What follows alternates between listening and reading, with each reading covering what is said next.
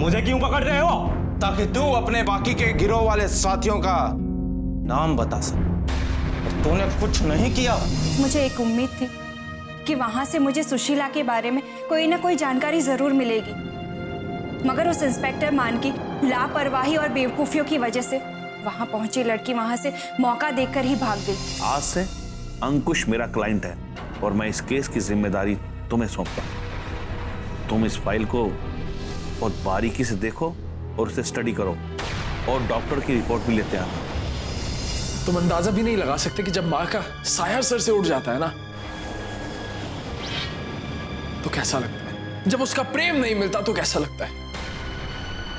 तुम ये बात कभी समझ नहीं पाओगे, इसलिए चले जाओ यहाँ से। देखिए डॉक्टर महेश, मैं आपकी भावनाओं की कद्र करता हूं। इसे प्लीज अपनी माताश्री की हत्या ना समझें, इसे एक नॉर्मल केस की तरह ट्रीट करें। आपके पास जो सबूत है वो हमारे बहुत काम आ सकती है। अगर मुझे आप वो रिपोर्ट दे देते हैं तो देवी के साथ जो कुछ भी हुआ है उसकी हमें पुख्ता जानकारी मिल जाएगी। तुम गलत जगह उम्मीद का दरवाजा खटखटा रहे हो पारीन। मैं इस बारे में तुम्हारी कोई मदद नहीं कर सकता। देखिए डॉक्टर महेश, आपके पर्सनल इशू के अलावा पेशे से आप एक डॉक्टर हैं और मैं एक वकील, और मुझे जितनी बार जरूरत पड़ेगी मैं आऊंगा और आपको मेरी मदद करनी है। और एक बार और बता देता हूं, सबसे पहले देवी चौधरानी ने अंकुश पर वार किया, उसके बाद अंकुश ने अपनी जान बचाने के चक्कर में देवी चौधरानी को मार दिया। और एक बात और बता देता हूं, ये केस अब आनंदो सर के पास है और उन्हें एक बार जो कोई बेगुनाह दिख जाता है तो उसे साबित करने के लिए वो जमीन आसमान एक कर देते हैं, और उन्होंने मुझे भेजा है। पारीन, अगर तुम एक काबिल वकील होते तो ये जानते कि मैं किसी भी तरह की मदद करने के लिए बाउंड नहीं हूं। फिर भी तुम इतनी रिक्वेस्ट कर रहे हो तो पहले मैं एक बारी पुलिस स्टेशन में मिलूं, फिर देखता हूं कि मैं तुम्हारी क्या मदद कर सकता हूं। फिलहाल तुम यहां से जा सकते हो, मेरे पेशेंट्स मेरा इंतजार कर रहे हैं। Okay, thank you. और बारीन, अगली बारी अंदर आने से पहले मेरी रिसेप्शन से अपॉइंटमेंट लेके आना। ओके, बहुत जल्दी मिलेंगे doctor Mahesh. All the best.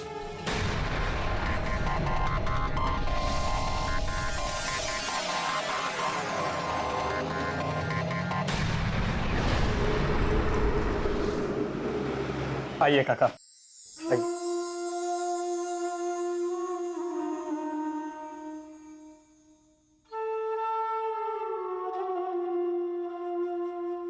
काका, मैं आपके लिए चाय पानी कुछ लाऊं? चाय नहीं थैंक यू, तुम बैठ जाओ। चाय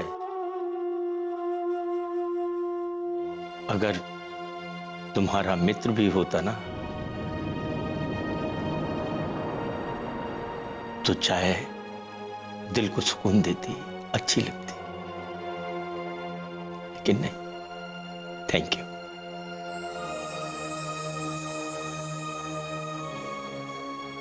काका, आप अचानक यहाँ, कोई काम था क्या? नहीं, वो इधर से गुजर रहा था तो सोचा कि चलो तुमसे मुलाकात करता चलूं।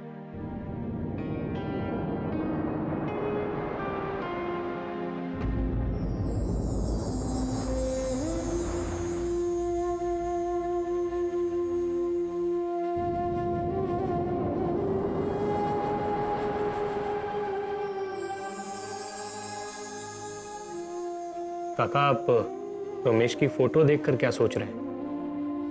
कुछ नहीं, मैं बस यही सोच रहा हूं कि इस दुनिया में आके लोग मिल जाते हैं, फिर अचानक कहां चले जाते हैं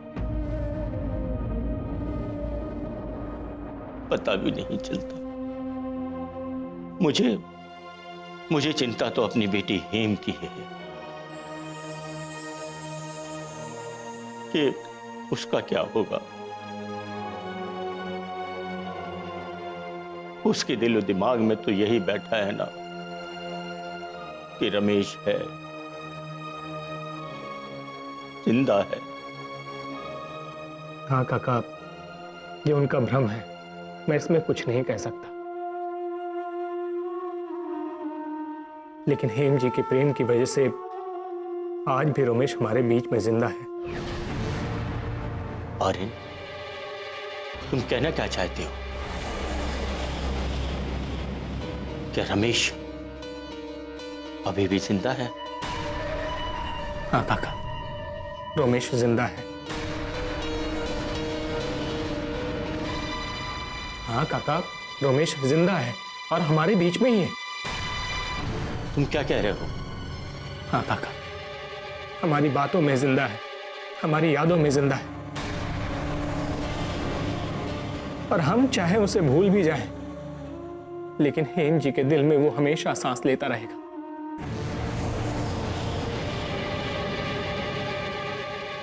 तुम सही कह रहे हो, और इसीलिए तो मैं सोचता हूं कि हेम इतना डूब चुकी है कि अपने आप को सबसे अलग थलग समझती है।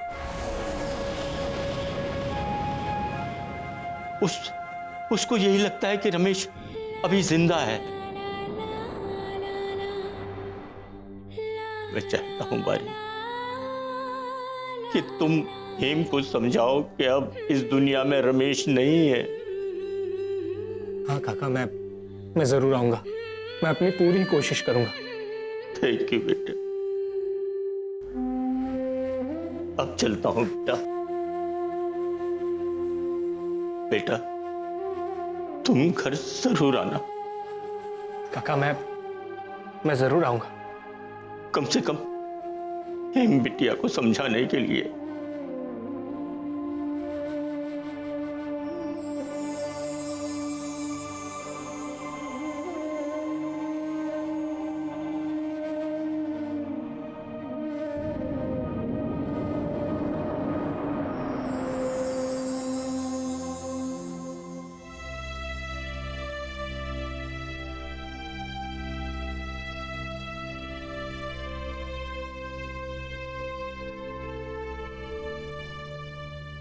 या रोमेश,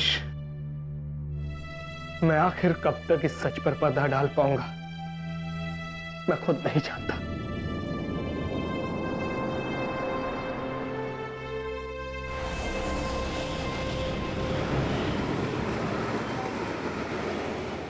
शास्त्री जी, जो आपके पास राजीव नाम की फाइल है, मैं खुद आके ले लूंगा, आपको तकलीफ करने की जरूरत नहीं है।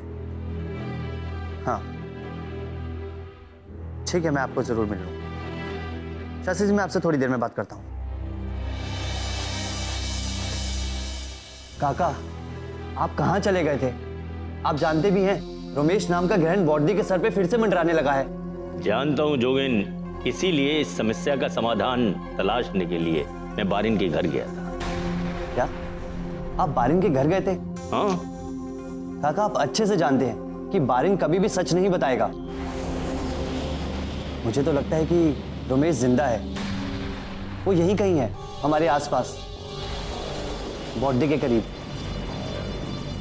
क्यों चिंता करते हो? मालूम है बारिन के यहां जाकर हमें क्या देखने को मिला? कि रमेश की तस्वीर पर फूलों की माला चढ़ी हुई थी। और जोगिन, कभी भी कोई अच्छा और पक्का दोस्त अपने जीवित मित्र पर माला नहीं चढ़ाए, और बारिन रमेश का खास दोस्त है। तो ये तसल्ली तो हो गई कि हाँ, वो रमेश अब इस दुनिया में नहीं है। इससे बहुत तसल्ली मिली मुझे। काका, आप सच कह रहे हैं? क्यों, मेरी बात पे तुम्हें विश्वास नहीं है? बेटा चोल बेना जोगिन। नहीं काका, ऐसी कोई बात नहीं। मैं बॉडी के मन से उस धोखेबाज का नाम निकाल देना चाहता हूं, ताकि बॉडी की जिंदगी से दुख चला जाए, और वो ये तभी हो पाएगा जब रोमेश उसकी यादों से, उसकी लाइफ से आउट होगा। बॉडी रोमेश को इस कदर प्रेम करती है, और मैं नहीं चाहता काका कि बॉडी का हशर एक दुखद प्रेम कहानी की तरह हो। मेरी बॉडी एक राधा या उर्मिला की जिंदगी जीकर उस इंसान का इंतजार करती रहे जो उसकी जिंदगी में कभी नहीं आएगा। इसलिए रोमेश को उसकी यादों से निकालना ही होगा। तुम सही कह रहे हो, ये भी बहुत जल्दी हो जाएगा। बारिन के यहां रमेश की तस्वीर को देखकर मेरे दिल में पूरी उम्मीद जाग गई है कि अब हमारी हेम हमें जल्दी ही वापस मिल जाएगी। वो हमारे पास आ जाएगी बहुत जल्दी। बस काका, मुझे उसी दिन का बेसब्री से इंतजार है जब मेरी बॉडी हंसती खेलती मुस्कुराती हुई सारी गमों से दूर हो जाएगी। अरे तुम बिल्कुल सत्य कह रहे हो। हमारी चिंता तो दूर हो गई, लेकिन हाँ, हेम की चिंता कर करके दादा बहुत दुखी है। चलो उन्हें भी चिंता से मुक्त कर देते हैं ये बताकर कि रमेश की तस्वीर पर माला चढ़ गई है। ठीक है काका।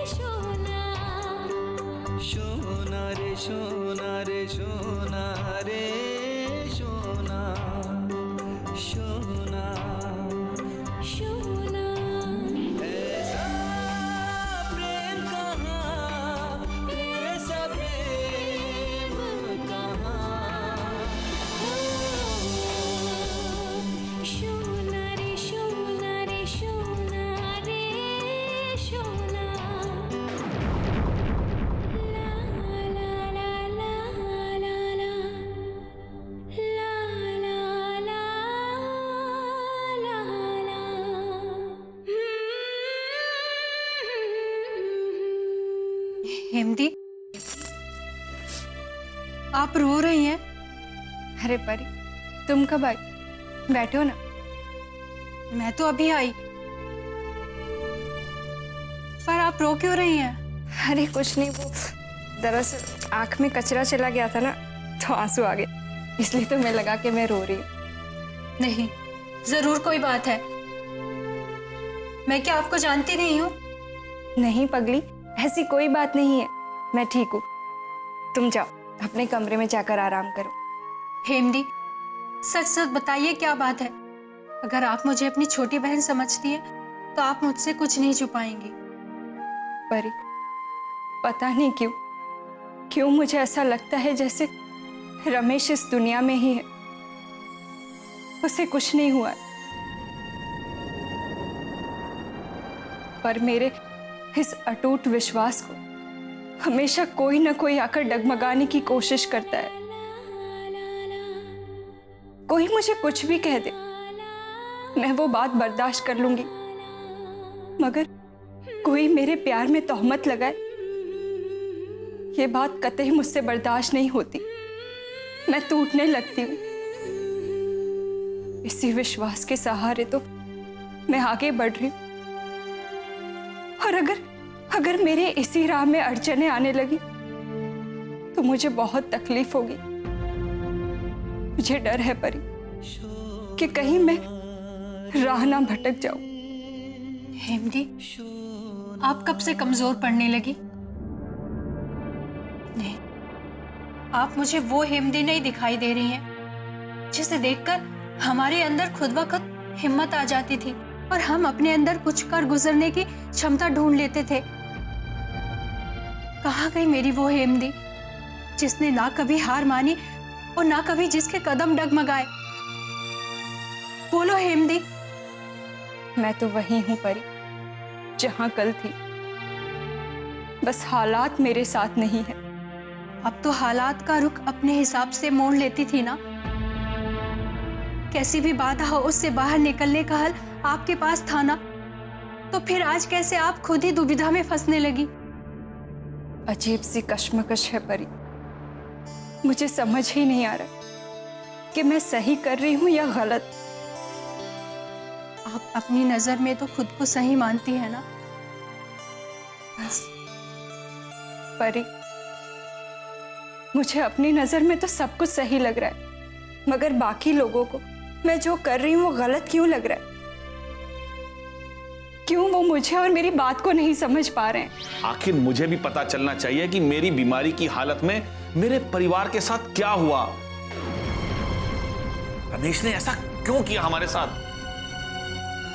बाबा, उस दिन के बाद हमारे भी दिलो दिमाग में यही सवाल घूम रहे हैं।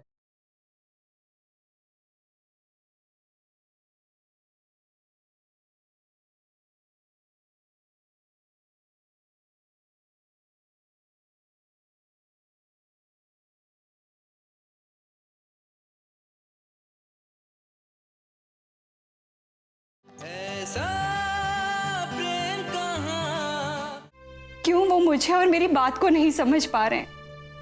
हिमदी, वक्त अपने आप में ही एक सवाल है और अपने आप में ही एक जवाब। जिंदगी के कुछ पन्ने अगर अध खुले रह जाएं, तो इसका मतलब ये नहीं कि वो पन्ने जिंदगी की किताब से बाहर निकल गए हैं। बस उन्हें उलटने की देर है और फिर से एक नया अध्याय शुरू। हाँ परी, तुम सही कह रही हो। मुझे भी आगे के पन्नों को उलट कर देखना होगा कि उनमें क्या लिखा है। शायद इसी का नाम जीवन है। अब कही ना हेमदी वाली बात। चलो अब थोड़ा सा मुस्कुरा दो। हेमदी, आप मुस्कुराती हुई कितनी अच्छी लगती है। हमेशा ऐसे ही मुस्कुराती रहा करो। अरे वाह परी, तुम तो बहुत समझदार हो गई हो। बहुत समझदारी वाली बातें कर रही हो। अच्छा ठीक है, पर ये बात कक्की को मत बता देना, वरना वो कल से ही मेरे लिए रिश्ते ढूंढना शुरू कर देगी। देखो तुम दोनों, मैं तुमसे पूछ रहा हूं कि जब से मैं यहाँ आया हूं मुझे कोई साफ साफ क्यों नहीं बता रहा कि क्या हो रहा है यहाँ पर। कुछ भी नहीं बाबा, चिंता की ऐसी कोई बात नहीं है। तुम कहते हो ना कि चिंता की कोई बात नहीं है, लेकिन तुम दोनों की माथे की लकीरें ये बता रही हैं कि तुम किसी परेशानी में हो। अरे मैं जानता हूं कि तुम दोनों मेरी सेहत को लेकर फिक्रमंद हो, परेशान हो, लेकिन मुझे भी तो पता चलना चाहिए कि क्या हो रहा है। अगर तुम लोग मुझे नहीं बताओगे तो भी तो मुझे चिंता बनी रहेगी कि आखिर मेरे परिवार में क्या हो रहा है, मेरी बेटी हेम का क्या हाल है। दादा, आप कैसी बातें कर रहे हैं? अरे जैसा चल रहा है वैसे चलने दीजिए। हाँ, देखो आखिर मुझे भी पता चलना चाहिए कि मेरी बीमारी की हालत में मेरे परिवार के साथ क्या हुआ। रमेश ने ऐसा क्यों किया हमारे साथ? बाबा, उस दिन के बाद हमारे भी दिलो दिमाग में यही सवाल घूम रहे हैं, जिनका जवाब सिर्फ रमेश ही जानता है। हमने उसे वहां पर आखिरी बार ही देखा था, उसके बाद उसका कुछ भी नहीं पता।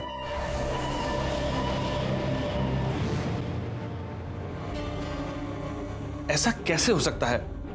रमेश हमारे साथ ऐसा कैसे कर सकता है? रमेश ने मेरी बेटी हेम को ही नहीं, उसके सच्चे प्यार को भी धोखा दिया है। आखिर वो हमारे सामने आता क्यों नहीं? दादा, इसकी चिंता मुझे भी है। इसीलिए मैं बारिन के घर गया था और उसके घर पे मैंने दीवार पर टंगी हुई रमेश की तस्वीर देखी। बाबा, जो हुआ सो हुआ। अब हमें बॉडी के लिए नए रिश्ते तलाशने चाहिए। बस बॉडी का घर बस जाए और वो अपने सारे गमों को भुलाकर एक नई जिंदगी की शुरुआत करे, तब मुझे लगेगा कि हाँ, सब कुछ ठीक हो रहा है। बात तो तुम बिल्कुल ठीक कहते हो जोगिन, मुझे भी ऐसा ही लगता है।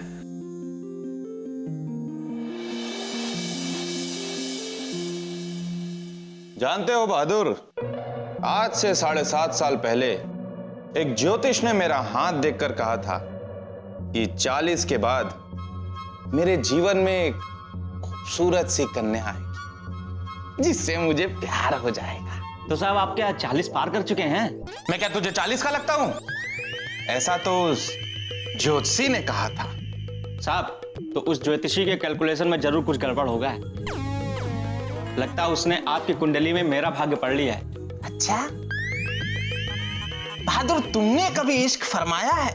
अब साहब, मैंने इश्क तो बहुत फरमाया है, इतना फरमाया कि लोगों की फरमाइश आने लगी थी इश्क फरमाने की।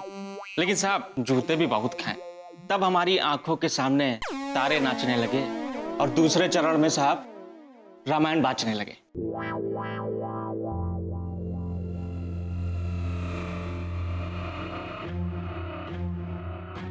इंस्पेक्टर मान, राम राम सत्य तो उस बहरूपिये का करिएगा। कुछ पता चला उसका? तहकीकात चालू है। इस पुलिस स्टेशन से ज्यादा उम्मीद भी मत रखना। आखिर आपको प्रॉब्लम क्या है इस पुलिस स्टेशन से? अगर आपका काम नहीं बनता तो आप यहां आती ही क्यों? मुझसे मिलने के लिए? यहाँ आना हमारा अधिकार है और आप मुझे यहाँ आने से रोक नहीं सकते। ये तो हमारा बैड लक है कि आप यहाँ अपॉइंट हैं, इसलिए मैं रंगों को हाथ नहीं लगाना चाहती। ठीक है विक्टोरिया जी, अगर आप मेरी मदद नहीं करना चाहते तो ना सही, लेकिन मुझ पर एक मेहरबानी जरूर कीजिएगा।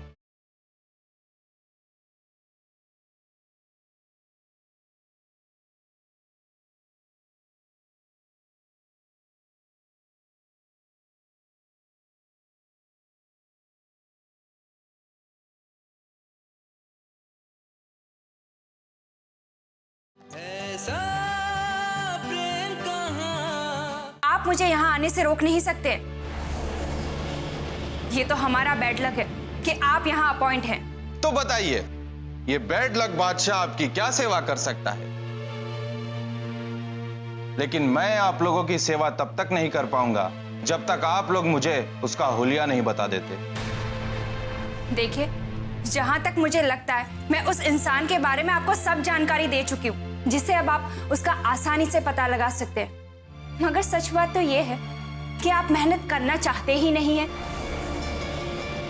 जबकि उस इंसान के चेहरे से लेकर उसका बॉडी, उसके रंग ढंग, चाल ढाल, सबके बारे में आपको बता चुकी हूं मैं। बॉडी, तुम एक काम क्यों नहीं करती? क्या? भगवान ने तुम्हें इतना अच्छा टैलेंट दिया है, अगर तुम्हें उस बहरूपिया का चेहरा याद है तो तुम क्यों नहीं उसका स्केच बनाती? तुम तो बहुत अच्छी पेंटर भी हो। क्या बात कर रहे हैं जोगेन बाबू? विक्टोरिया जी इतनी अच्छी आर्टिस्ट हैं कि वो किसी की भी पोर्ट्रेट बना सकती हैं। बताइए, हमें तो मालूम ही नहीं था कि विक्टोरिया जी में इतना अच्छा हुनर है। ये तो कमाल की बात है भाई। चलिए, अब हमारा काम आसान तो हो जाएगा। नहीं जोगी, मैं पेंट नहीं करूंगी,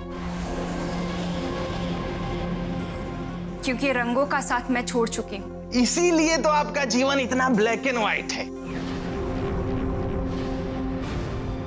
सतरंगी रंगों से ही तो जीवन में रंग भरता है। और आप कहती हैं कि इतना अच्छा हुनर होते हुए भी आपने उसे छोड़ दिया है। ये बात तो कुछ हजम नहीं। इसके पीछे कोई खास वजह? क्योंकि कुछ घाव शरीर पर नहीं, आत्मा पर चोट करते हैं, और रंगों को देखकर मेरे मन का दर्द बढ़ जाता है। इसलिए मैं रंगों को हाथ नहीं लगाना चाहती। ठीक है विक्टोरिया जी, अगर आप मेरी मदद नहीं करना चाहते तो ना सही, लेकिन मुझ पर एक मेहरबानी जरूर कीजिएगा कि जब आप अगली बार यहां आए तो अपने साथ टक्की को भी लेकर आए, ताकि कम से कम मैं उनसे तो पूरी कहानी समझ सकूं। ठीक है, तो मैं इंस्पेक्टर मान को सब कुछ बता दूंगा रोमेश की असलियत के बारे में, कैसे वो लोगों के इमोशंस के साथ खेलता है। कमला दी को कैसे झांसा दिया उसने, सुशीला दी की याददाश्त का फायदा उठाया, और तुम्हारे साथ वो प्रेम का नाटक करता रहा। मैं सब कुछ बता दूंगा कि वो कितना धोखेबाज आदमी है। वर्दी, मुझे अक्षय की मौत का तो नहीं पता कि रोमेश का हाथ है या नहीं, मगर उसने एक साथ कई लोगों के विश्वास की हत्या की है वर्दी।